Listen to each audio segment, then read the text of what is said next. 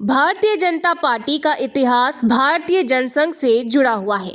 21 अक्टूबर 1951 को दिल्ली में जनसंघ की स्थापना हुई थी, जबकि बीजेपी का गठन 6 अप्रैल 1980 को हुआ था। बीजेपी आज अपने सियासी इतिहास के सबसे बुलंद मुकाम पर है। केंद्र से लेकर देश के आधे से ज्यादा राज्यों की सत्ता पर वो काबिज है। शून्य से शिखर तक पहुंचने की उसकी यात्रा लंबे संघर्ष और उतार चढ़ाव से भरी रही है। तो आइए जानते हैं इस माइलस्टोन पर। नमस्कार दोस्तों, हमारे चैनल में आपका स्वागत है। मैं हूं अनुष्का और आज के इस वीडियो में आपके साथ बीजेपी का सफर शेयर करने वाली हूं। तो आज के इस वीडियो को आप सभी अंत तक देखें। वीडियो पसंद आती हो तो लाइक, शेयर, सब्सक्राइब अवश्य करें। तो दोस्तों, जनसंघ की बुनियाद डॉक्टर श्यामा प्रसाद मुखर्जी ने रखी थी। आजादी के बाद पंडित जवाहरलाल नेहरू की अगुवाई वाली कांग्रेस सरकार में डॉक्टर श्यामा प्रसाद मुखर्जी हिस्सा रहे थे, लेकिन 19 अप्रैल 1950 को उन्होंने मंत्रिमंडल से इस्तीफा देकर कांग्रेस के विकल्प के रूप में एक राजनीतिक दल खड़ा करने का फैसला किया। भारत पाकिस्तान के बंटवारे के बाद लाखों लोगों का पलायन हुआ। दोनों ही देश भीषण दंगों से पीड़ित थे, जिसके चलते नेहरू लियाकत समझौता हुआ। इस समझौते में ऐसा कहा गया था कि दोनों ही देश अपने अपने देश में अल्पसंख्यक आयोग गठित करेंगे। पंडित नेहरू की नीतियों के विरोध में एक वैकल्पिक राजनीति की इच्छा डॉक्टर श्यामा प्रसाद मुखर्जी के मन में पहले से थी। नेहरू लियाकत समझौते को नेहरू की मुस्लिम तुष्टीकरण की नीति बताते हुए श्यामा प्रसाद मुखर्जी ने 19 अप्रैल 1950 को केंद्रीय उद्योग मंत्री पद से इस्तीफा दे दिया और कांग्रेस के विकल्प के रूप में एक नई राजनीतिक पार्टी खड़ी करने की बीठा उठाई। आपको बताते चलें कि जनसंघ बनाने के पीछे मुख्य रूप से दो वजहें अहम रही थी। एक तो ये कि नेहरू लियाकत समझौता और दूसरा महात्मा गांधी की हत्या के बाद राष्ट्र स्वयंसेवक संघ की प्रतिबंध लगना। महात्मा गांधी की हत्या के बाद आरएसएस पर लगे प्रतिबंध की वजह से देश का एक तबका ये मानने लगा था कि देश की राजनीति में कांग्रेस का विकल्प होना भी जरूरी है। संघ से जुड़े लोगों को भी सियासी मंच पर अपनी बात रखने के लिए एक राजनीतिक ठिकाने की जरूरत पड़ी थी।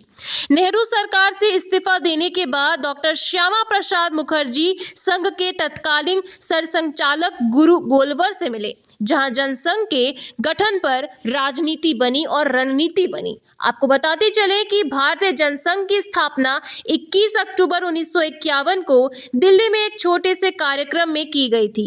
जनसंघ के संस्थापक डॉक्टर श्यामा प्रसाद मुखर्जी, प्रोफेसर बलराज मधोक, दीनदयाल उपाध्याय। जनसंघ की चुनाव चिन्ह दीपक और झंडा भगवा रंग का रखा गया था।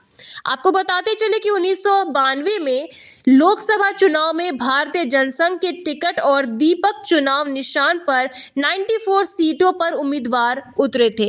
इनमें जनसंघ के पहले 3 सांसद जीत कर आए थे, जिनमें से 2 पश्चिम बंगाल तो एक राजस्थान से थे। आपको बताते चलें कि इस मुद्दे को लेकर वर्ष 1953 में जनसंघ ने पहला बड़ा अभियान जम्मू कश्मीर में चलाया था। बाकी राज्यों की तर्ज पर ही बना किसी स्पेशल स्टेट्स को कश्मीर को भारत में मिलाने की मांग की गई थी।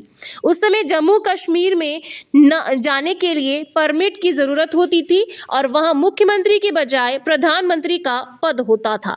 डॉक्टर मुखर्जी इस देश की एकता में बाधक नीति के रूप में देखते थे और इसके सख्त खिलाफ थे। 8 मई 1953 को डॉक्टर मुखर्जी ने बिना परमिट जम्मू कश्मीर की यात्रा शुरू कर दी। जम्मू में प्रवेश के बाद डॉक्टर मुखर्जी को वहां के शेख अब्दुल्ला सरकार ने 11 मई को गिरफ्तार कर लिया। गिरफ्तारी के महज 40 दिन के बाद 23 जून 1953 को खबर ये आई कि मुखर्जी का निधन हो गया है। आपको बताते चले कि राजस्थान, गुजरात, हरियाणा, महाराष्ट्र, मध्य प्रदेश, बिहार और उत्तर प्रदेश जैसे राज्यों में जनसंघ की सशक्त उपस्थिति थी, लेकिन दक्षिण भारत में जनसंघ को स्वीकार नहीं किया गया था। जनसंघ की सियासत में टर्निंग पॉइंट साल 1975 में आया, जब तत्कालीन प्रधानमंत्री इंदिरा गांधी ने देश में आपातकाल लागू कर दिया था। आपातकाल का जनसंघ के लोगों ने खुलकर विरोध किया था। जनसंघ के जुड़े तमाम नेताओं को इसके लिए जेल में भी रहना पड़ा था। साल 1977 में जब इंदिरा गांधी ने आपातकाल खत्म किया तो देश में आम चुनाव की प्रक्रिया शुरू हुई। विपक्षी दलों ने वैचारिक मतभेद भुलाकर इंदिरा गांधी और कांग्रेस पार्टी को परास्त करने के लिए जनता पार्टी बनाई। जनसंघ का जनता पार्टी में विलय हो गया। जनता पार्टी का गठन संयुक्त सोशलिस्ट पार्टी, भारतीय लोक दल, कांग्रेस, जनसंघ को मिलाकर किया गया था। 1977 के चुनाव में जनसंघ के आए नेताओं को अच्छी कामयाबी मिली। मोरारजी देसाई की अगुवाई में जनता पार्टी की केंद्र में सरकार बनी। जनता पार्टी की सरकार में अटल बिहारी वाजपेयी विदेश मंत्री बने तो लाल कृष्ण आडवाणी सूचना एवं प्रसारण मंत्री रहे। जनता पार्टी शुरू से ही कई धड़ों में बटी हुई थी, जिनमें से एक मोरारजी देसाई का, दूसरा चौधरी चरणवर राजनारायण का, तीसरा बाबू जगजीवन राम का और चौथा जनसंघ नेताओं का धड़ा था। समाजवादियों ने जनसंघ से आए नेताओं के खिलाफ मोर्चा खोल दिया था। आपको बताते चले, वर्ष 1978 में एक ऐसी घटना हुई जिसमें समाजवादी नेता मधु लिमये ने दोहरी सदस्यता का मुद्दा उठाया था, जिसके बाद बहस छिड़ गई कि जनता पार्टी में शामिल जनसंघ के लोग राष्ट्रीय स्वयंसेवक संघ और जनता पार्टी के सदस्य एक साथ नहीं रह सकते, क्योंकि जेपी में जनसंघ नेताओं को इसी शर्त पर साथ में लिया गया था कि वे आरएसएस की सदस्यता को पूरी तरीके से छोड़ देंगे। समाजवादियों ने जब उनको संघ की सदस्यता छोड़ने के लिए कहा तो उन्होंने मना कर दिया था। ऐसे में इंदिरा गांधी के खिलाफ किया गया जनता पार्टी का सियासी प्रयोग विफल साबित हो गया। वर्ष 1979 में जनता पार्टी का सरकार गिर गया। लोकदल की नेता चौधरी चरण सिंह कांग्रेस के समर्थन में प्रधानमंत्री बने। आरएसएस की सदस्यता छोड़ने के मुद्दे पर जनता पार्टी टूट गई। जनसंघ के नेताओं ने अपनी अलग पार्टी बनाने का निश्चय किया। इसी में भारतीय जनता पार्टी अस्तित्व में आई। वर्ष 1980 में लोकसभा चुनाव में जनता पार्टी को करारी हार का मुंह देखना पड़ा, जिसके बाद जनता पार्टी के कार्यकारिणी में बैठक में प्रस्ताव पास किया गया और जनता पार्टी के नेताओं का आरएसएस से जुड़ाव रखना प्रतिबंधित कर दिया गया। ऐसे में जनसंघ से जनता पार्टी से आए नेता नए सियासी विकल्प सोचने लगे। 1980 में आते आते जनता पार्टी में समाजवादी और जनसंघ से जुड़े नेताओं के रास्ते अलग हो गए।